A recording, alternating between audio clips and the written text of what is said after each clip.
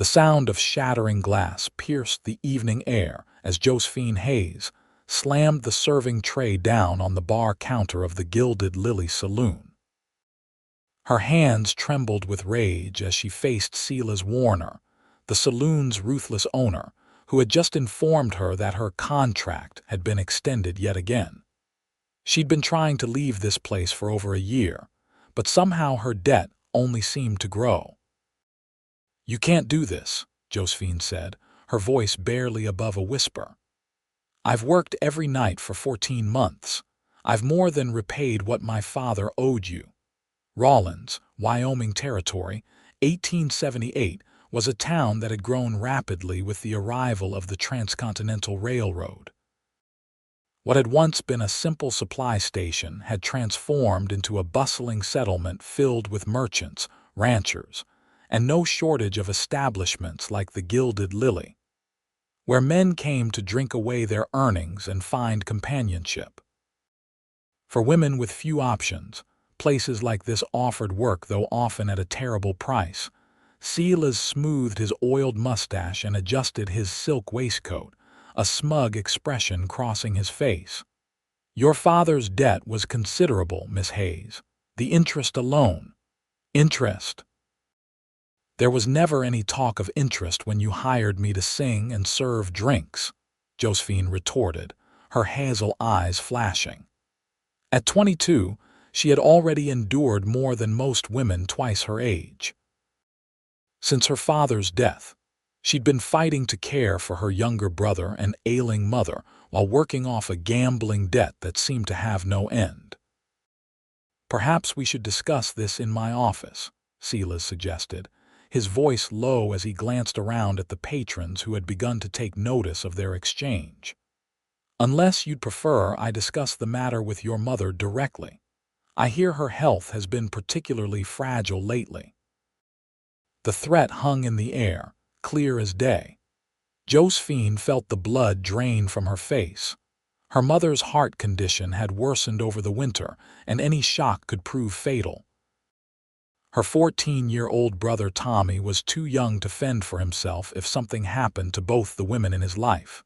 "You stay away from my family," she hissed. "Then we understand each other." Silas turned away, considering the matter settled. "You'll perform tonight as usual. The miners just got paid, and they expect to see the songbird of Rawlins." Josephine closed her eyes briefly, fighting back tears of frustration. She had become something of an attraction at the Gilded Lily. Her singing voice, combined with her auburn hair and fair complexion, drew men from miles around.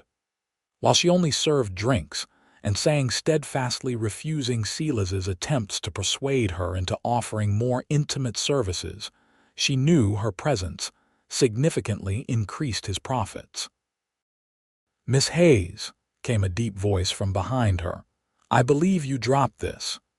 Josephine turned to find a tall stranger holding out her mother's handkerchief, which she kept tucked in her sleeve for luck. She hadn't dropped it.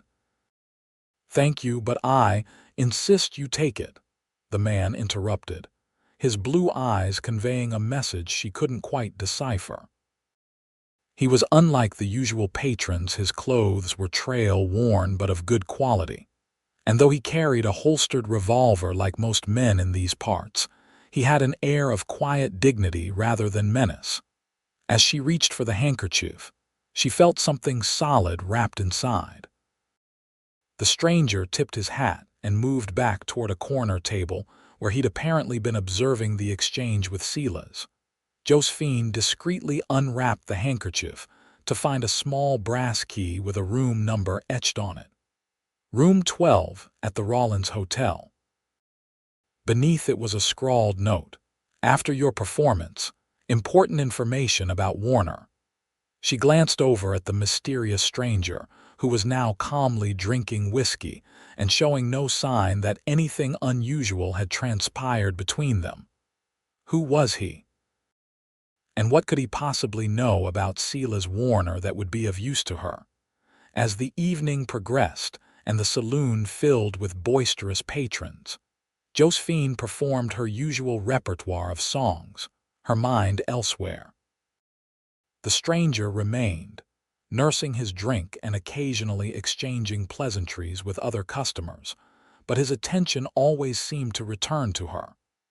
Not in the leering way of most men, but with a thoughtful assessment that made her both curious and wary.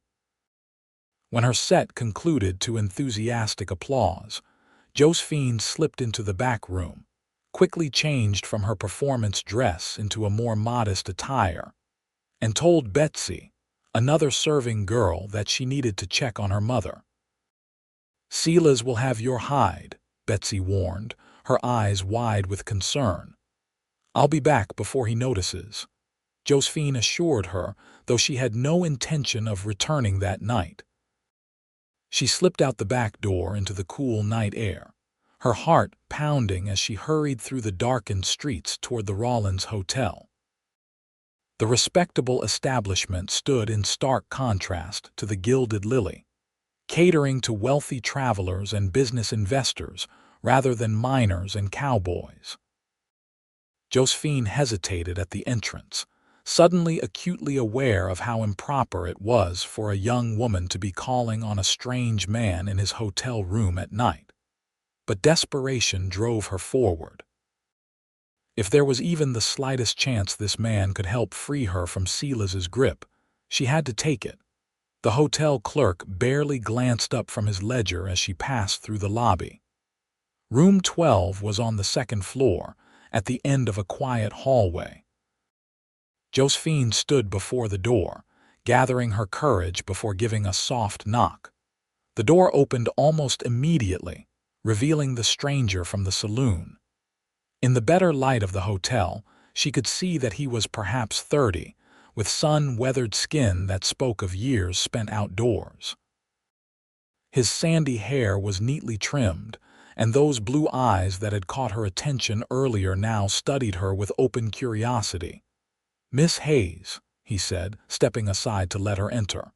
"I appreciate your trust in coming here." "I wouldn't call it trust, mister." She remained near the door, ready to flee if necessary. "O'Malley. Owen O'Malley." He closed the door but didn't latch it, seemingly aware of her unease. "I'm not in the habit of inviting young women to my room, but I thought you might value privacy for this conversation." "And what conversation is that, Mr. O'Malley? Your note mentioned Silas Warner." Owen gestured to a small table by the window where papers were spread out.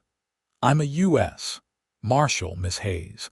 I've been tracking Warner's operations across 3 territories." He reached into his jacket and produced a badge, which Josephine examined carefully. It appeared genuine. "Silas Warner isn't just a saloon owner," Owen continued. "He's part of a larger criminal enterprise involved in everything from loan sharking to protection rackets.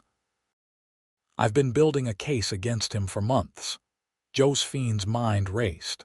"And what does this have to do with me?" "I need witnesses, Miss Hayes. People willing to testify about Warner's methods. I've observed how he keeps you working there through threats and manipulation of debt. You're not the first, but you could help make sure you're the last." Josephine sank into a chair, overwhelmed by this unexpected turn of events. "You don't understand. He's threatening my family. My mother is sick and my brother is just a boy." Owen leaned against the edge of the table. "I do understand. That's why I'm offering protection for you and your family if you'll help me build this case." "Protection?" Josephine laughed bitterly. "The law hasn't been much protection for women like me in Rollins." "That's because men like Warner have been allowed to operate unchecked for too long," Owen said, his voice hardening. "But things are changing. The territorial governor is cracking down on corruption, and I have the authority to move you and your family to safety until the trial." Josephine studied him skeptically. "Why would you take such risks for people you don't even know?" Something flickered in Owen's eyes, a shadow of old pain. "Because I've seen what men like Warner do to families. My sister worked in a place similar to the Gilded Lily in Denver. He paused, collecting himself. "She didn't survive the experience. No one stood up for her then. I'm trying to make sure that doesn't happen to anyone else. The raw honesty in his voice made Josephine reconsider her initial wariness. Still, the prospect of crossing Sela's terrified her. Even if I wanted to help you, I can't just disappear. Sela's would know immediately that something was wrong. He has men all over town, he'd find us. Owen nodded thoughtfully. You're right about that, which is why we need to be strategic. He moved to sit across from her. Here's what I propose. You continue working at the saloon for now, but you start gathering information. Conversations you overhear, business dealings you witness, names of people who might also be willing to testify. Meanwhile, I'll make arrangements for your family's safe passage out of Rawlins. And how do I know I can trust you with my family's safety? You don't, Owen said simply. But I'm offering you a chance at freedom. Warner is offering you a lifetime of servitude. Those are your choices, Miss Hayes. Josephine stood and paced the small room.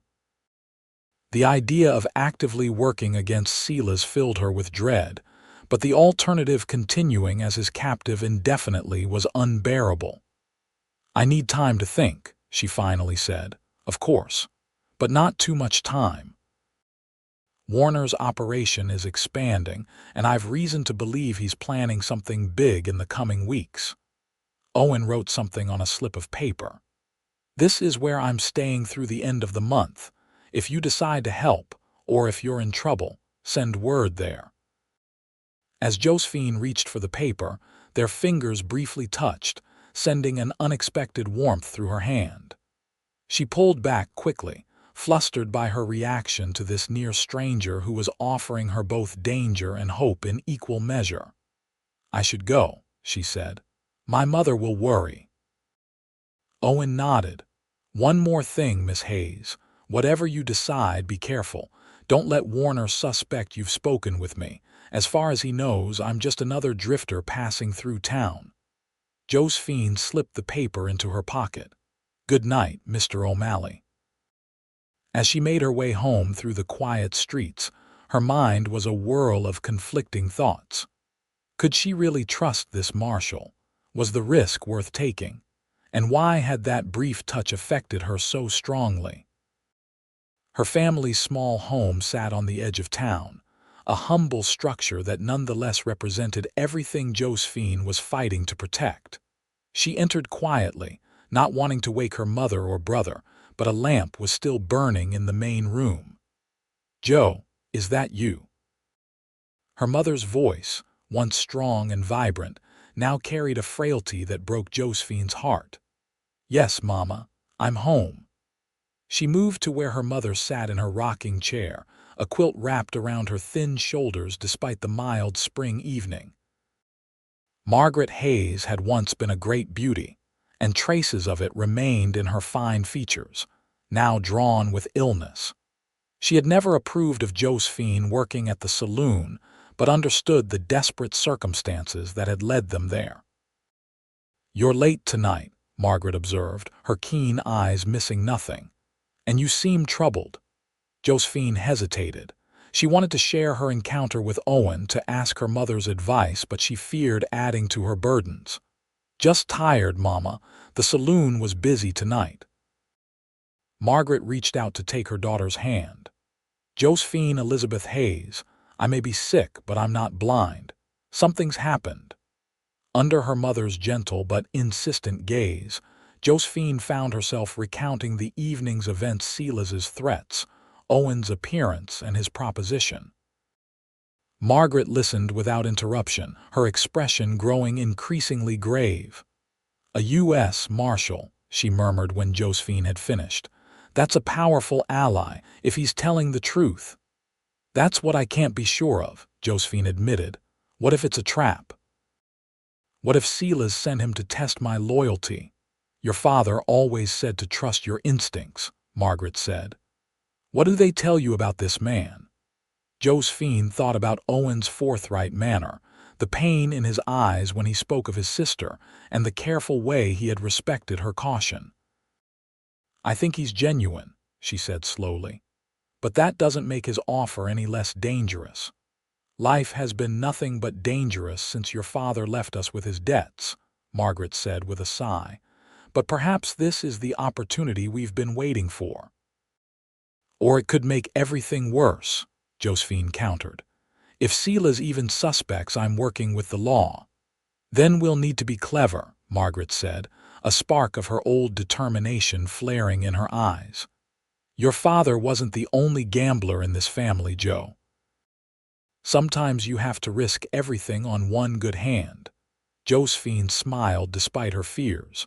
Her mother had always been the family's true strength, even before illness had confined her largely to their home. I'll think about it, Mama. Now you should rest. After seeing her mother to bed, Josephine checked on Tommy, who was sleeping soundly, one arm flung over the side of his narrow bed. Her heart swelled with love and protectiveness. He deserved better than a life shadowed by Silas Warner's threats. Sleep eluded her that night as she weighed her options. By dawn, she had made her decision. She would help Owen O'Malley build his case against Silas Warner, but on her terms, with her family's safety as the absolute priority. Over the next few days, Josephine went about her duties at the Gilded Lily with heightened awareness, noting which patrons seemed particularly friendly with Silas, which conversations he conducted behind closed doors, and the comings and goings of strangers who didn't fit the usual clientele profile. Owen, meanwhile, established himself as a regular at the saloon, playing cards and making small talk with the other patrons while occasionally exchanging brief, discreet glances with Josephine. They never spoke directly in public, but he developed a system of leaving notes for her, tucked into folded napkins or slipped beneath serving trays. One evening, about a week after their first meeting, Josephine was clearing glasses from a recently vacated table when she overheard a conversation between Silas and a well-dressed stranger that made her blood run cold. "The shipment arrives Friday," the stranger was saying in a low voice. 20 girls from back east, all told they're coming for legitimate work. Your establishment gets first pick, as agreed. Silas's reply was too quiet to catch, but his satisfied expression told Josephine everything she needed to know. This was human trafficking young women being brought to Wyoming under false pretenses to work in saloons and brothels against their will, just as she was being kept through threats and manufactured debt.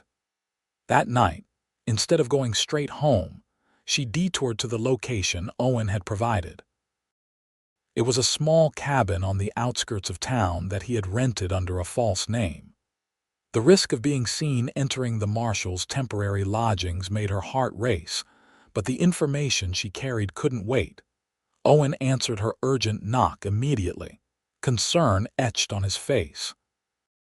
"Josephine, what's happened?" It was the first time he had used her given name rather than the formal Miss Hayes, and the sound of it on his lips distracted her momentarily. "I overheard something tonight," she said, stepping inside and quickly recounting the conversation about the shipment of young women. Owen's expression darkened with each word. "This is exactly the kind of operation I've been tracking," he said, pacing the small room. "They bring in vulnerable women, isolate them, and create circumstances where they become essentially indentured servants or worse." "Like me," Josephine said quietly. Owen stopped pacing and looked at her directly. "No, Josephine, you're different. You've managed to maintain your dignity and integrity despite everything Warner has thrown at you. That's why you're so valuable, not just as a witness, but as an example of resistance." The unexpected praise warmed her, but she quickly refocused on the matter at hand. "If these women are arriving Friday, that's only 3 days from now. Can you stop it?" "Not alone," Owen admitted. "I've sent for backup, but I'm not sure they'll arrive in time, and moving too soon could alert Warner's network. They might simply divert the shipment elsewhere." "Then what can we do?" Josephine asked, unconsciously including herself in his plans. Owen studied her thoughtfully. "We need to know exactly where and when they are bringing these women in. Can you get closer to Silas? Make him think you're finally accepting your situation." Josephine stiffened. "You're asking me to pretend I'm willing to be what he's always wanted me to be." "No," Owen said firmly. "I would never ask that of you. But perhaps a show of cooperation, expressing interest in taking on more responsibility at the saloon, asking questions about the business. Warner strikes me as the type of man who would be flattered by such attention." It was a dangerous game, but Josephine saw the logic. "I can try. He's always bragging about his business acumen." "Be careful," Owen warned. "Don't push too hard." "If he suspects anything, I know the risks," Josephine interrupted. "I've been navigating Silas Warner's moods for over a year now." Owen nodded, acknowledging her expertise in this realm. "There's something else," he said, his tone changing. "I've been making arrangements for your family. There's a place in Cheyenne where they would be safe, a boarding house run by a widow who works with the Marshal's service. She takes in witnesses and their families." Josephine's heart leapt at the prospect of her mother and brother being safely away from Silas's reach, but doubt quickly followed. "My mother can barely travel across town, let alone all the way to Cheyenne." "I've thought of that," Owen said. "There's a doctor I trust who would accompany them, and a private rail car can be arranged to make the journey as comfortable as possible." The level of detail in his planning surprised Josephine. "You've put a lot of thought into this." "It's my job to consider all angles," Owen replied, but there was something in his expression that suggested more than professional dedication. "And what about me?" Josephine asked. "Would I go with them?" "Eventually. But first, I need your help to bring Warner down. Once we have enough evidence, and especially after we prevent this shipment of women, you can join your family in Cheyenne." Josephine considered the plan. It seemed solid, but there was still one glaring issue. "Silas watches my family closely. He'll notice if they suddenly disappear. Which is why we need to create a convincing reason for their absence," Owen said. "I've been thinking about that too. What if your mother received a letter from a distant relative in Cheyenne, offering to help with her medical care? Warner would have no reason to suspect it was connected to you or your work at the saloon." The plan was taking shape, offering Josephine the first real hope she'd felt in months. But as she prepared to leave Owen's cabin, a new fear struck her. What if we fail? What if Silas discovers what we're doing before we can stop him? Owen moved closer, his voice gentle but firm. "Then I'll protect you, whatever it takes. I give you my word, Josephine." The intensity in his blue eyes made her breath catch. For a moment, they stood looking at each other, an unspoken connection forming between them that went beyond their alliance against Silas Warner. Josephine broke the moment first, stepping back toward the door. "I should go. Tommy will be wondering where I am." "Of course." Owen opened the door for her, checking that the area was clear. "Be careful going home, and remember subtle interest in Warner's business, nothing that would arouse suspicion." As she slipped away into the night, Josephine found herself thinking not just of their dangerous plan, but of the way Owen had looked at her as if she were someone worth protecting. Someone of value beyond her ability to serve drinks and sing songs for the entertainment of rough men. It was a novel feeling, and one that both confused and comforted her as she navigated the darkened streets back to her family's home. The next day at the Gilded Lily, Josephine put their plan into action. She arrived early, offering to help with the books, a task Silas usually jealously guarded. To her surprise, he seemed pleased by her initiative. "Finally seeing the wisdom in securing your position here, are you?" he asked, his mustache twitching with satisfaction. "I always said you had a head for business if only you'd use it." Josephine forced a smile. "I've been thinking about my future, Mr. Warner. If I'm to stay here, I should understand more about how the establishment operates." Silas eyed her with newfound interest. "Indeed. Well, perhaps it's time I showed you some of the finer points of running a successful enterprise like the Gilded Lily." Over the next 2 days, Josephine cultivated this new rapport with Silas, expressing admiration for his business acumen while subtly gathering information. She learned that the shipment of women was indeed arriving by train, but would be offloaded before the station at a remote siding to avoid scrutiny. Silas himself planned to be there with several of his men to transport the women to a warehouse he owned on the edge of town, where they would be processed before being distributed to various establishments throughout the territory. Each night, Josephine managed to slip away briefly to relay this information to Owen. Their plans evolved rapidly, with Owen sending telegrams to Marshal outposts in nearby towns, coordinating what resources he could muster on short notice. Meanwhile, the fabricated letter from a relative in Cheyenne arrived for Margaret Hayes, complete with money for train tickets. Silas, when informed of this development by Josephine, seemed unconcerned, even magnanimous. "Family is important," he said with false sincerity. "Of course your mother should seek better medical care, and your brother would only be a distraction for her here. They should both go." His easy acquiescence made Josephine suspicious, but she couldn't afford to question it openly. Instead, she expressed effusive gratitude, playing the role of the increasingly compliant employee. On Thursday evening, the night before the shipment was due to arrive, Margaret and Tommy Hayes boarded the eastbound train to Cheyenne, accompanied by the doctor Owen had arranged. Josephine's farewell to them at the station was genuinely emotional, even knowing that their separation was temporary.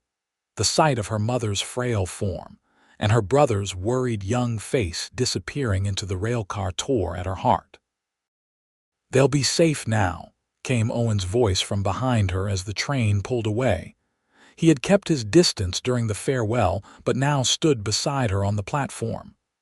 "I hope so," Josephine said, quickly wiping away tears. "Now I need to get back to the saloon before Silas notices I've been gone too long." "Wait," Owen caught her arm gently.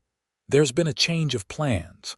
My reinforcements from Cheyenne won't arrive until tomorrow afternoon after the shipment is due." Alarm coursed through Josephine. "So what do we do?" "I've contacted the local sheriff, but Warner has him in his pocket. He won't help us directly, but he's agreed to look the other way if we act." Owen's expression was grim. "It means we'll be largely on our own tomorrow." "I have a few local men I trust who will assist, but it's a smaller force than I'd hoped for." "Then I should come with you," Josephine said impulsively. "I know Silas's men, their habits, who's likely to be armed. I could help."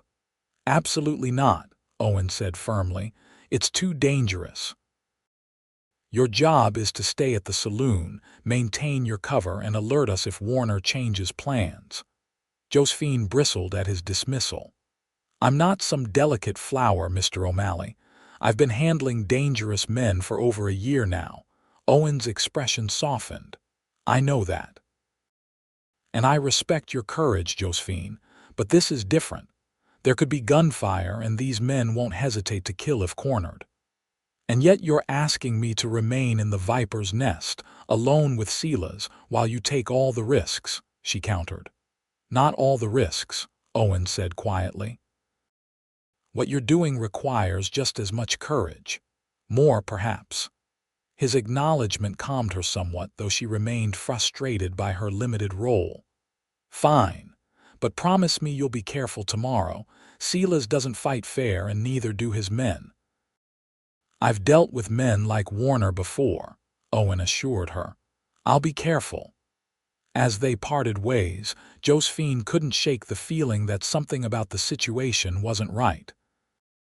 Silas had been too accommodating about her family's departure, too willing to let her into aspects of the business he had previously kept hidden. It was almost as if a chill ran through her as the realization struck. What if Silas knew? What if he had somehow discovered her connection to Owen and was playing his own game?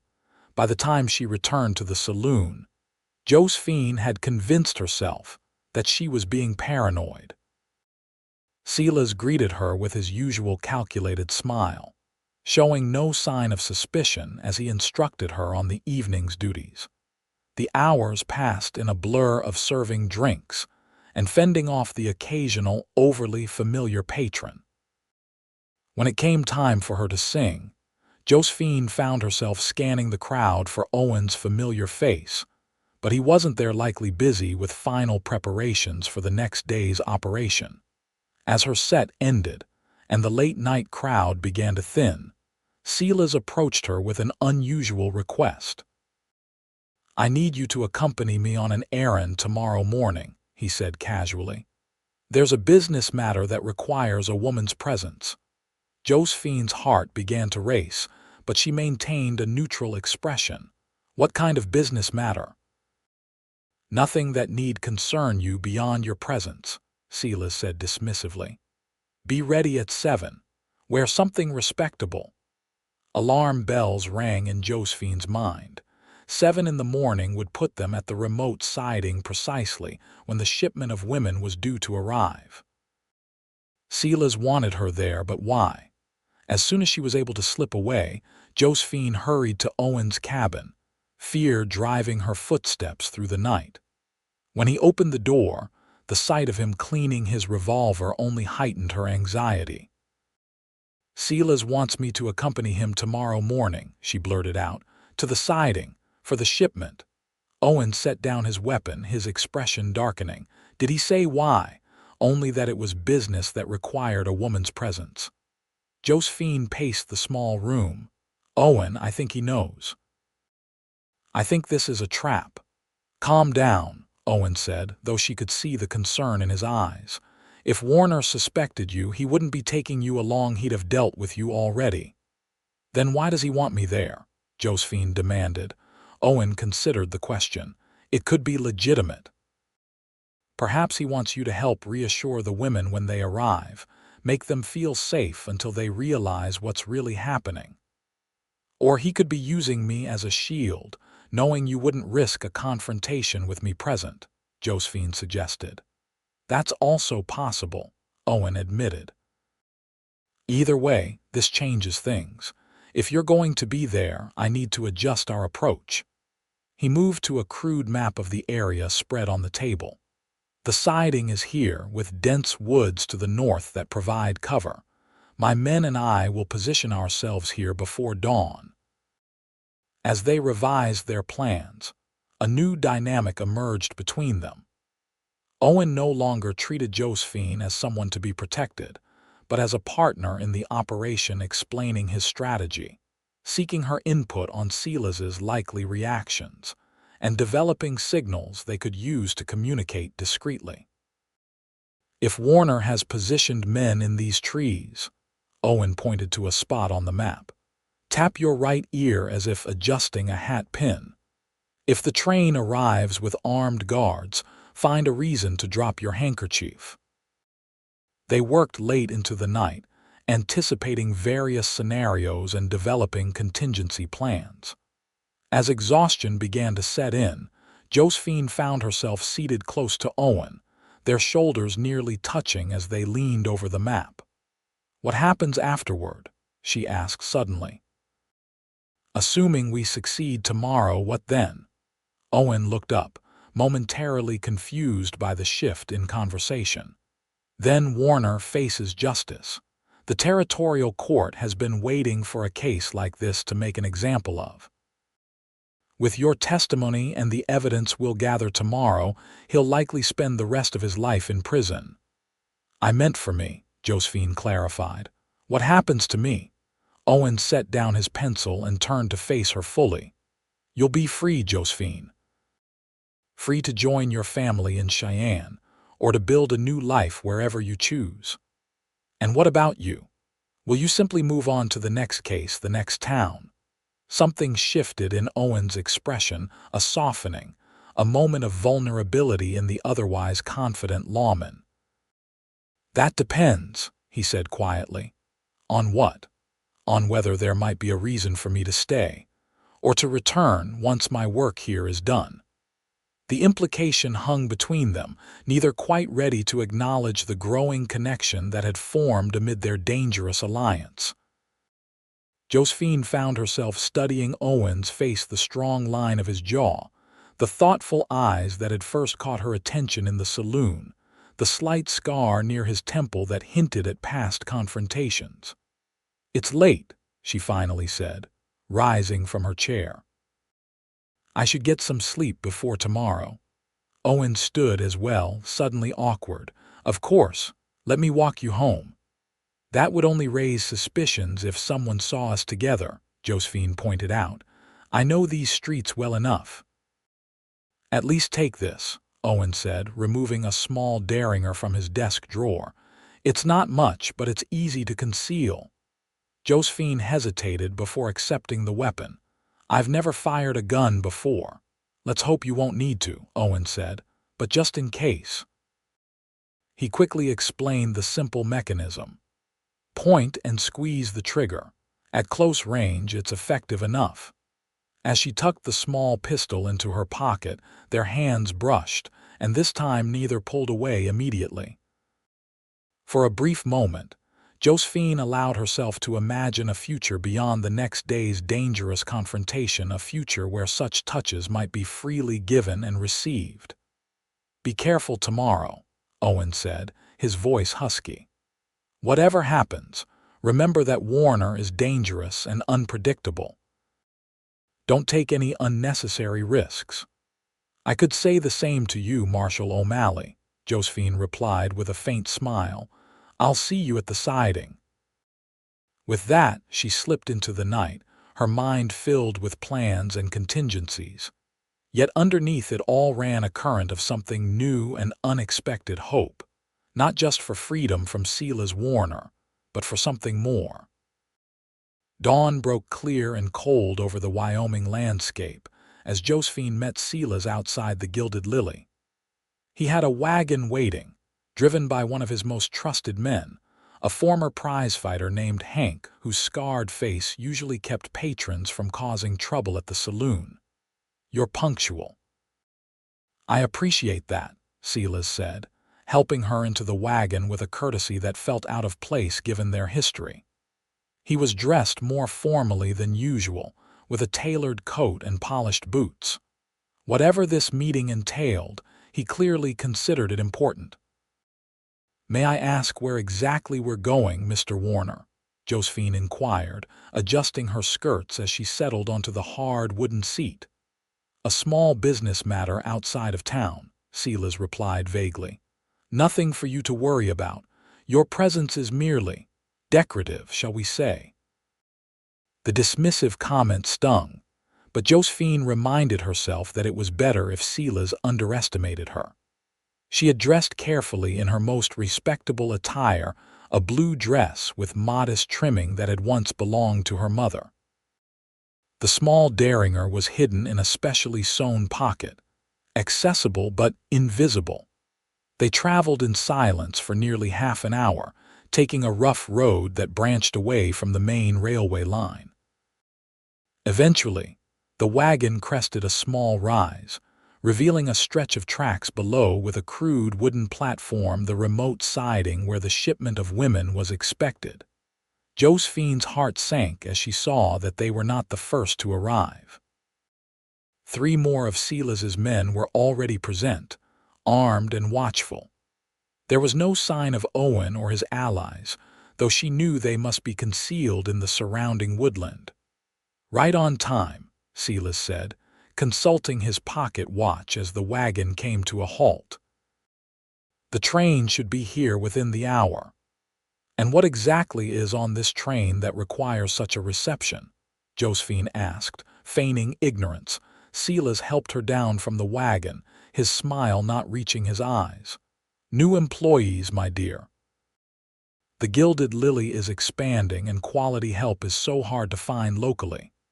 I see, Josephine said carefully. And my role, as I said, decorative. A friendly female face to greet our new arrivals. He gestured toward the platform. They'll be nervous, arriving in a strange place. Your presence will reassure them. The calculated cruelty of using her to put unsuspecting women at ease made Josephine's blood boil, but she maintained her facade of compliant interest. As they waited, she casually surveyed the area, noting the positions of Silas's men and searching for any sign of Owen's presence in the surrounding trees. A distant whistle announced the train's approach. Silas straightened his already immaculate coat and instructed his men to stand ready. Remember, we want a smooth transition. No need to frighten the merchandise unnecessarily. Merchandise. The casual dehumanization in his tone strengthened Josephine's resolve. Whatever happened in the next few minutes, she would not allow these women to suffer her fate or worse. The train slowed as it approached the siding, its brakes screeching in protest at the unscheduled stop. It was smaller than a regular passenger train, just an engine, a coal car, and 2 passenger carriages. As it ground to a halt, Josephine noticed a man leaning out from the engine, exchanging signals with one of Silas's men. Wait here, Silas instructed her, moving toward the first passenger car as its door opened. A well-dressed man emerged, consulting a ledger in his hands. Warner, he acknowledged with a nod. Everything's in order. 22 girls, all healthy and suitable for service. 22, Silas frowned. Our arrangement was for 20. The man shrugged indifferently. 2 extra, no additional charge. Consider it goodwill for future business.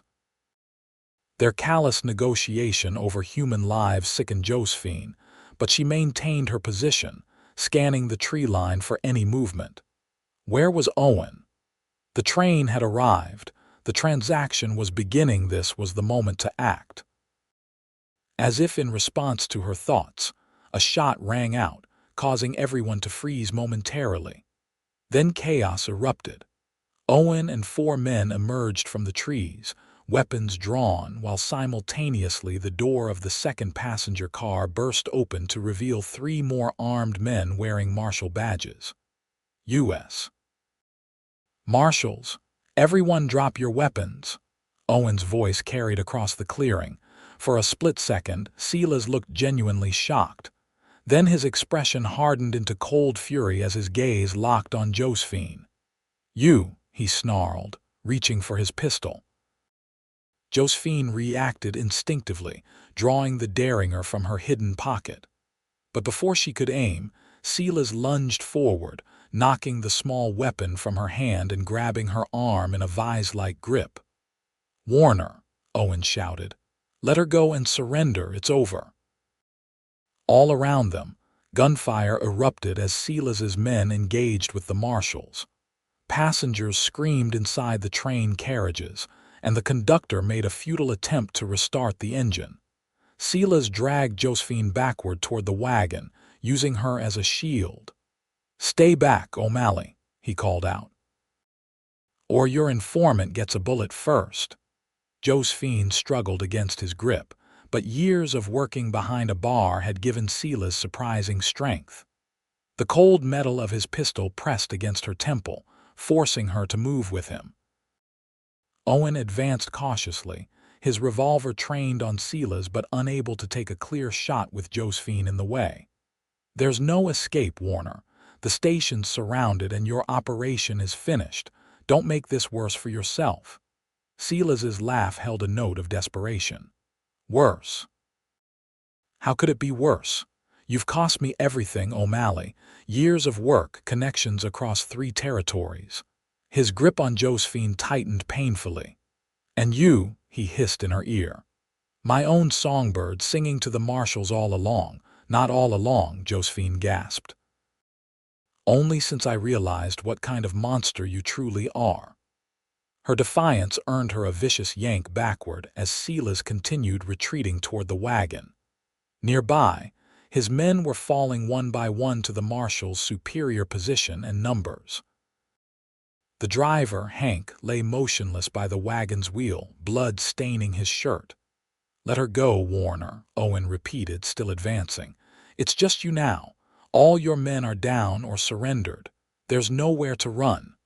For a moment it seemed Silas might heed the words. His grip on Josephine loosened slightly. Then, with startling swiftness, he spun her around to face him, the gun now pressed directly against her heart. "If I'm finished," he said, his voice eerily calm, "then so is she." "No," Owen shouted, rushing forward.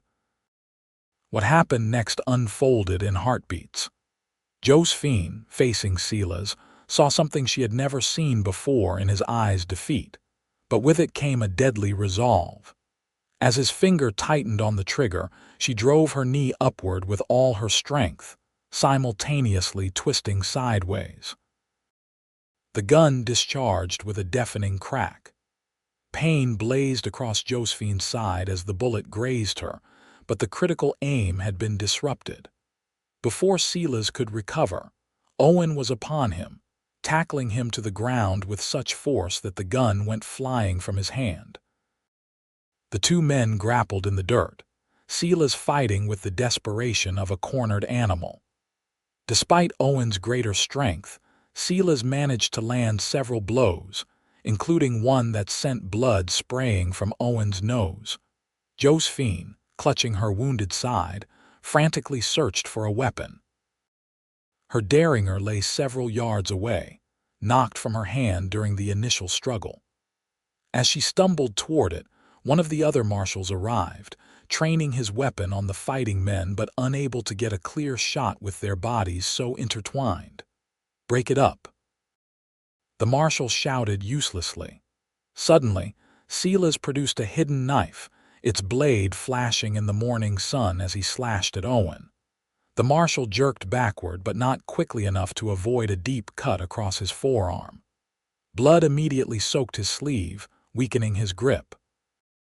Seeing Owen wounded gave Josephine a surge of desperate energy. She lunged for her derringer, seized it from the ground, and without hesitation pointed it at Silas, who was now poised to deliver what could be a fatal strike to the injured marshal. "Silas," she called out, her voice steady despite the fear and pain coursing through her.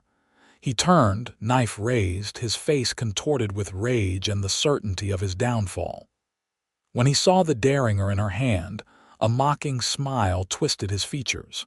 "You won't do it," he sneered. "You don't have the spine, Josephine. You never did." "You threatened my family," Josephine said, each word precise and clear. "You enslaved women. You would have killed the man I love." The last words emerged without conscious thought, but as they hung in the air, Josephine knew they were true. In the midst of danger and pain, the realization struck her with perfect clarity. Silas lunged toward her, knife extended. Josephine squeezed the trigger. The derringer's report was almost comically small compared to the larger firearms that had been discharged during the confrontation. But at such close range, its effect was devastating. Silas staggered, a look of utter disbelief crossing his face as he glanced down at the spreading crimson stain on his immaculate shirt front. The knife fell from his fingers as he crumpled to his knees, then collapsed face first onto the ground. For a moment, everything was still. Then Owen was beside her, supporting her as her legs threatened to give way. "Josephine," he said urgently, his eyes taking in her blood-soaked dress where the bullet had grazed her. "How badly are you hurt?" "It's just a scratch," she managed, though the pain suggested otherwise. "You're bleeding too." Owen glanced dismissively at his slashed arm. "It can wait. Here, sit down." He guided her to a fallen log as the other marshals secured the scene, checking Silas for signs of life and beginning to help the confused and frightened women from the train carriages. "Is he?" Josephine couldn't finish the question. "Dead," Owen confirmed grimly. You had no choice, Josephine. He would have killed us both. Josephine nodded numbly, the reality of having taken a life, even one as corrupt as Silas Warner's, beginning to settle over her. The women on the train, are they all right? They will be, Owen assured her. My men will see them safely to Rawlins, where arrangements can be made to either return them to their homes or find them legitimate work if they wish to stay in the territory. A marshal approached them, carrying a medical kit. Marshal O'Malley, we need to tend to those wounds before you both lose any more blood. As their injuries were cleaned and bandaged, Josephine found herself watching Owen's face. Despite his own pain, his primary concern was clearly for her well-being, his eyes constantly returning to hers with questions and reassurances. The reinforcements arrived earlier than expected, he explained as the marshal wrapped his arm. I managed to get word to them yesterday evening, and they were able to board the train at its last stop. We had men inside and out. A good plan, Josephine acknowledged, though it might have been nice to know about the change in advance. Owen had the grace to look apologetic. There wasn't time to get word to you without risking suspicion. I'm sorry for putting you in that position. I put myself in that position, Josephine reminded him, from the moment I agreed to help you. The marshal attending them finished his work and moved away to assist with the women from the train, leaving Owen and Josephine in a moment of relative privacy amid the bustling activity. Did you mean it? Owen asked suddenly, his voice low. What you said to Warner before? Josephine felt heat rise to her cheeks despite the circumstances. In the chaos and fear of the confrontation, she had spoken a truth she hardly recognized until the words were already said. She began, then faltered, uncertain how to proceed. Owen reached for her hand, his touch gentle despite the roughness of his skin. Because if you did, he continued, you should know that I've been falling in love with you since the first night I saw you stand up to Warner in the saloon. Your courage, your determination to protect your family, your refusal to let circumstances break your spirit. Josephine silenced him by squeezing his hand. Yes, she said simply, I meant it, though it seems a strange time to discover such feelings. A smile warmed Owen's tired face. Perhaps. Or perhaps it takes extreme circumstances to reveal what's truly in our hearts. Before they could say more, they were interrupted by the arrival of more lawmen from Rawlins, including the sheriff who had previously declined to help directly.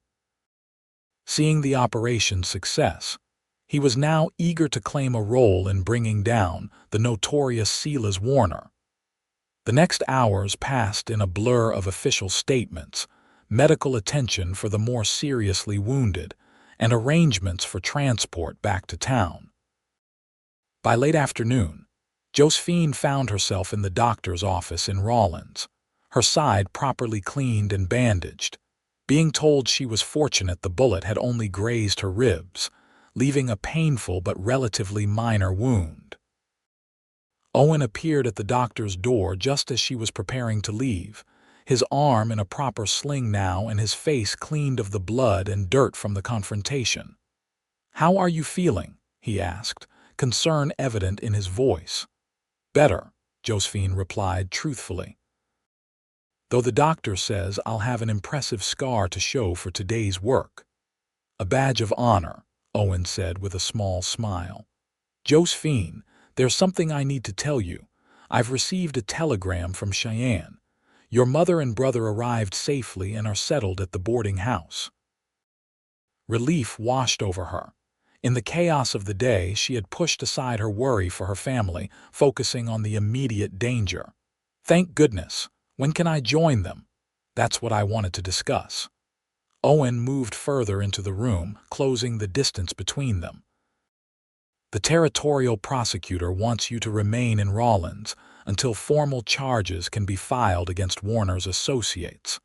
With Warner himself dead, Your testimony becomes even more crucial to ensuring the rest of his operation is dismantled. Disappointment mingled with understanding. How long? A few weeks at most, Owen said. I've arranged for you to stay at the Rawlins Hotel at government expense, of course. You won't have to return to the Gilded Lily or worry about money during that time. The prospect of staying in Rawlins without her family was not what Josephine had hoped for, but at least she would be free from Silas's control. And you? Will you be returning to Cheyenne? Owen shook his head. Not immediately.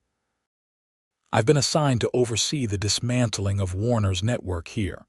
It seems we'll both be in Rawlins for a while. There was a question in his eyes that matched the one in her heart. Their connection, formed under extraordinary circumstances, now faced the test of ordinary life. Without the immediate threat of Silas Warner binding them together, what would remain, perhaps, Josephine said carefully, we might have dinner together this evening, to discuss the case, of course. Owen's smile widened. Of course, purely professional, exactly. Josephine found herself returning his smile. Although, I do believe there was something we were discussing before we were interrupted earlier, something about feelings discovered in extreme circumstances. Owen stepped closer, taking her hand in his. I believe there was. And I'm finding those feelings don't diminish in calmer moments. Nor mine, Josephine admitted softly. For a moment they stood there, hands clasped, the first tentative acknowledgement of a connection that had formed amid danger but might flourish in peace. Over the weeks that followed, Josephine's life transformed in ways she could scarcely have imagined. Her testimony helped secure indictments against 12 of Silas Warner's associates, effectively dismantling his criminal enterprise across the Wyoming territory. The women rescued from the train were either reunited with their families or provided with legitimate employment opportunities through a church society in Cheyenne. The Gilded Lily Saloon was sold to new owners who renovated it into a respectable establishment, offering Josephine a position as a legitimate performer if she wished to return.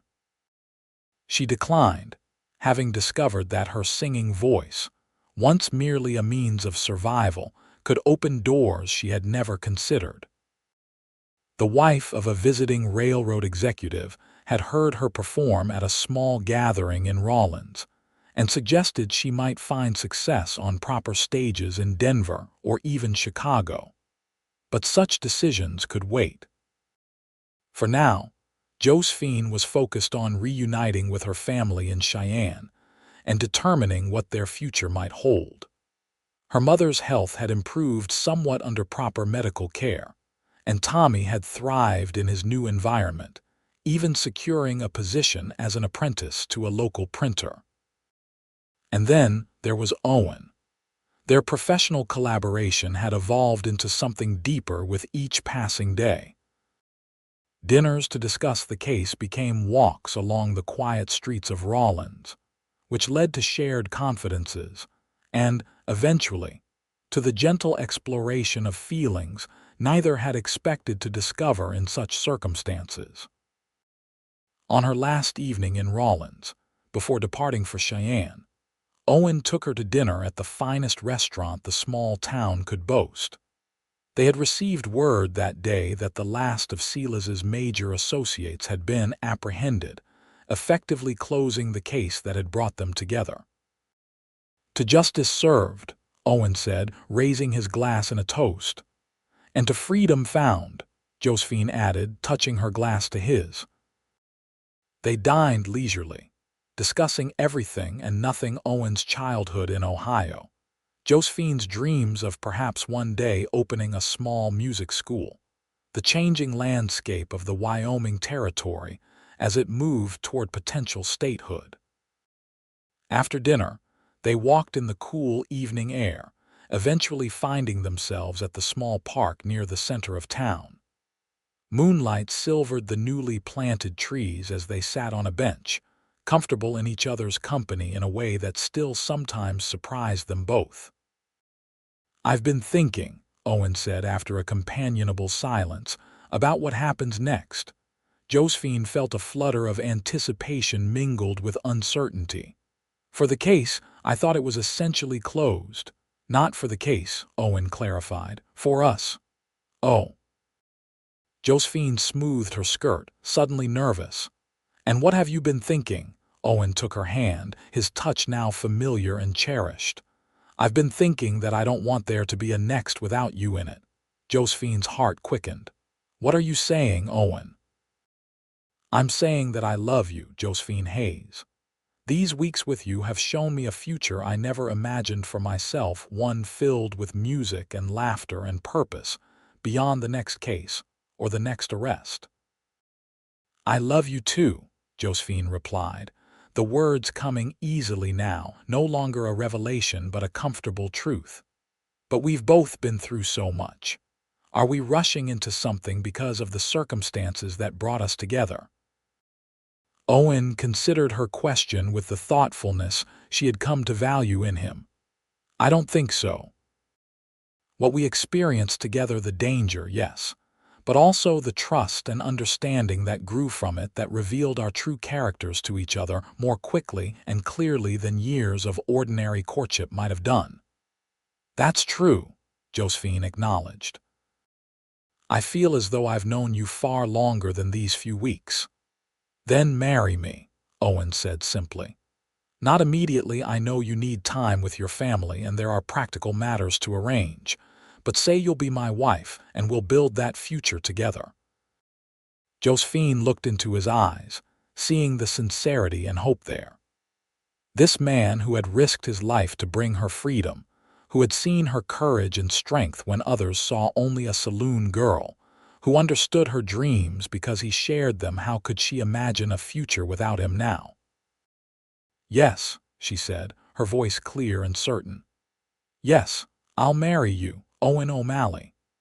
His kiss was gentle yet filled with promise of passion, of partnership, of a life built together on the foundation of mutual respect and love that had formed amid the most unlikely circumstances.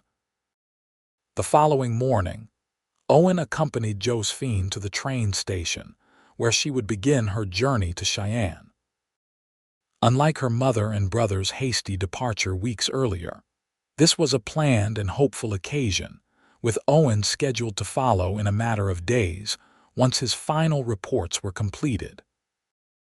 "It's not goodbye," he reminded her as they stood on the platform, the train's departure whistle sounding in the distance.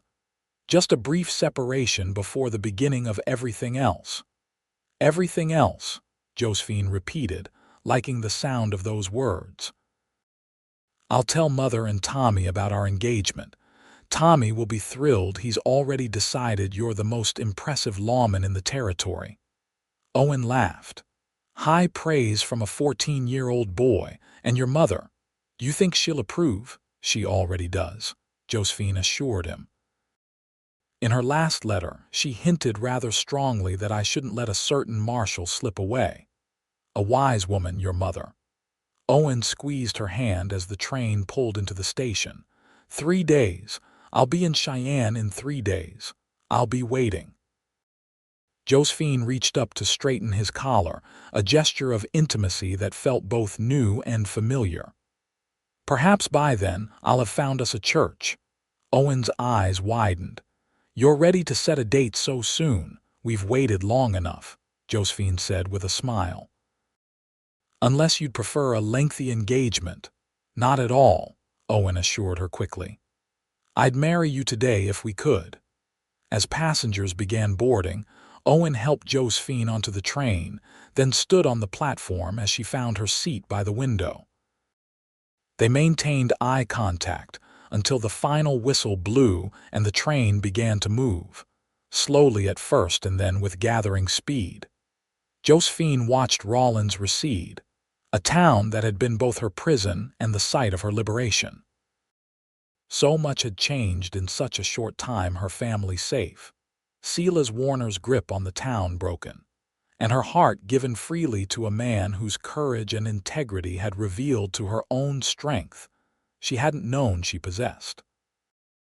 As the train carried her toward Cheyenne and the family waiting there, Josephine found herself not looking back at what she was leaving, but forward to what lay ahead.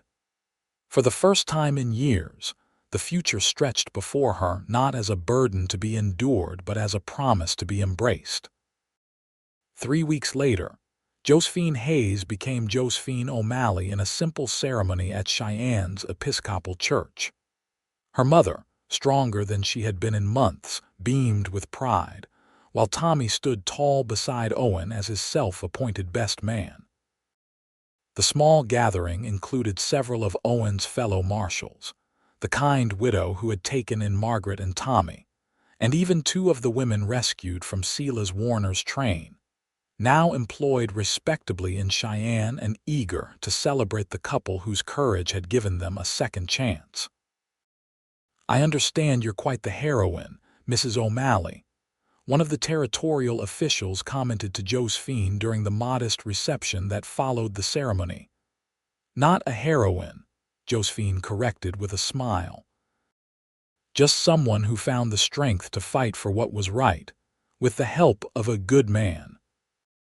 That evening, as Owen escorted her to the small house he had purchased on the outskirts of Cheyenne, a wedding gift that had rendered her speechless, when he first showed it to her, Josephine reflected on the journey that had brought them to this moment. "Are you happy?" Owen asked as they stood on the porch of their new home, the key in his hand. Josephine looked up at him, this man who had helped her find not just freedom from Silas Warner, but the courage to build a life on her own terms. "Happier than I ever imagined possible," she assured him. "Even though you're married to a lawman with a dangerous profession." "Especially because I'm married to a lawman with a good heart," Josephine corrected. "Besides, I've faced down Silas Warner. I think I can handle whatever comes next." Owen laughed as he opened the door to their home. "I have no doubt of that, Mrs. O'Malley. No doubt at all." As he swept her into his arms to carry her across the threshold, Josephine knew that the true value of their victory over Silas Warner wasn't just in the lives saved or the justice served, but in the future they had claimed for themselves, a future built on the foundations of courage, trust, and a love that had found its way to them through the most unlikely of circumstances. In the years that followed, Josephine and Owen built that future together, day by day. Owen continued his work with the Marshal Service but requested assignments that kept him primarily in Wyoming, allowing them to make Cheyenne their permanent home. Josephine, with Owen's encouragement, opened a small music school that quickly gained a reputation for excellence, attracting students from throughout the growing city. Margaret Hayes lived with them for 5 more years, her health stabilizing enough to see her daughter truly happy and to welcome her first grandchild, a boy they named James, after Owen's father. Tommy, no longer a boy but a young man with ambitions of his own, completed his apprenticeship and eventually opened his own print shop, specializing in the territory's growing need for legal documents as Wyoming moved toward statehood. Sometimes, on quiet evenings when James was asleep, and they sat together on the porch of their home, watching the lights of Cheyenne spread out before them, Josephine and Owen would reminisce about their unlikely beginning, the dangerous confrontation at the remote siding, the weeks of building a case against Silas Warner, the moment when fear and courage and love had all collided to change their lives forever. "Do you ever regret it?" Owen asked her once. "The way things happened, taking a life, even one as corrupt as Warner's?" Josephine considered the question seriously, as was her way. "I regret that it was necessary," she finally answered. "But I don't regret protecting you or those women or myself, and I certainly don't regret where it led us." Owen squeezed her hand, understanding in his eyes. To think that some people meet at church socials or town dances. We needed a federal investigation and a shootout. Josephine laughed, the sound carrying across their garden where wildflowers swayed in the evening breeze. We've never been conventional, Marshal O'Malley. And thank God for that, Mrs. O'Malley, Owen replied, drawing her close as the stars began to appear in the Wyoming sky, the same stars that had witnessed their beginnings in danger and seen them through to this peaceful present, where love had indeed brought them both the peace they deserved.